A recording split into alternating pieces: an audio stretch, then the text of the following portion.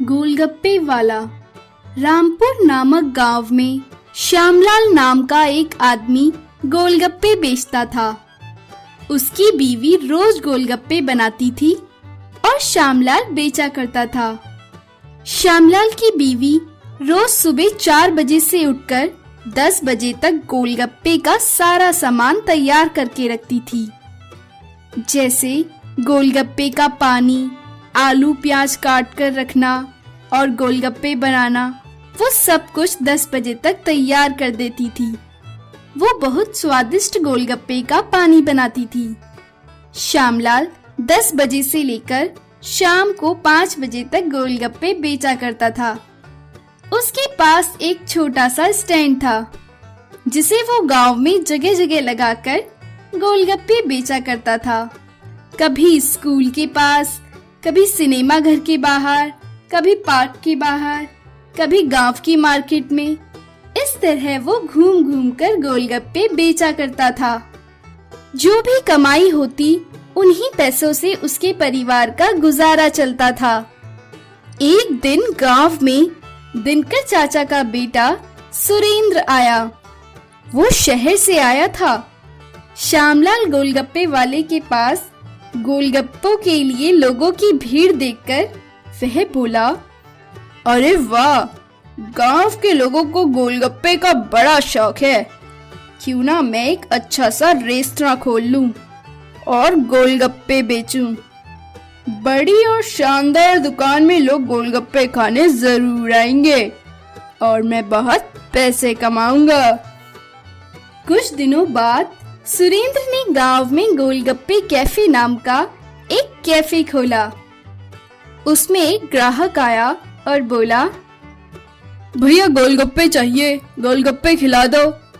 सुरेंद्र ने ग्राहक को एक प्लेट में गोलगप्पे और कटोरी में गोलगप्पे का पानी और कटे हुए आलू और प्याज रखकर दे दिए। ग्राहक बोला, ये क्या इन सबको मैं ही मिलाकर खाऊं? सुरेंद्र बोला, हाँ, शहरों में कभी किसी कैफे में नहीं गए क्या?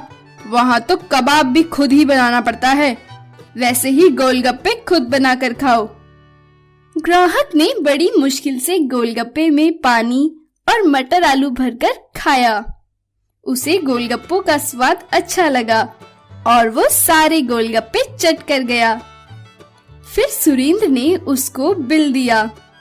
ग्राहक गोलगप्पे का बिल देखकर चौंक गया। अरे ये क्या भैया, गोलगप्पे का इतना बिल?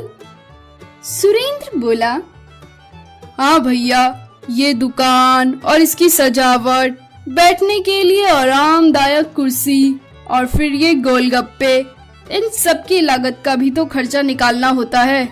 कुल मिला के मुझे कोई ज्यादा फायदा नहीं होता। कुछ दिनों तक तो सुरेंद्र की दुकान पर ग्राहक आते थे।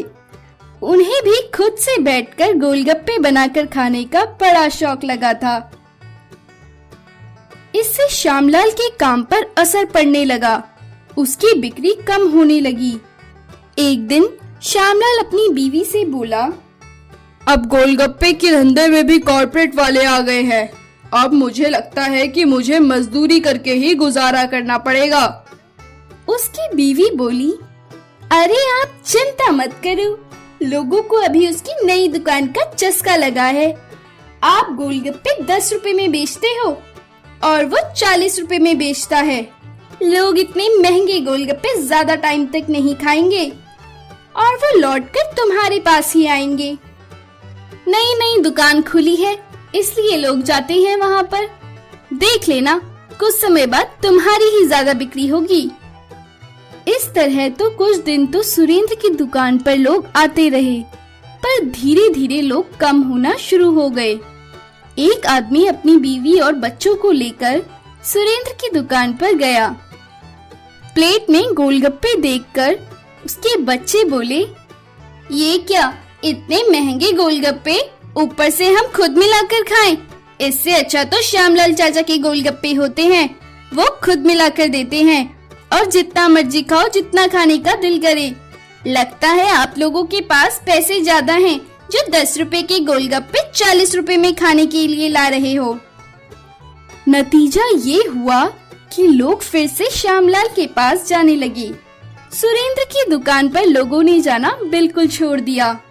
इससे सुरेंद्र को घाटा होने लगा और वो परेशान रहने लगा। एक दिन श्यामलाल सुरेंद्र से बोला, साहब, आप पढ़े लिखे हैं पर व्यापार करना नहीं जानते। गोलगप्पे के लिए इतना खर्चा इस गांव में कौन करेगा?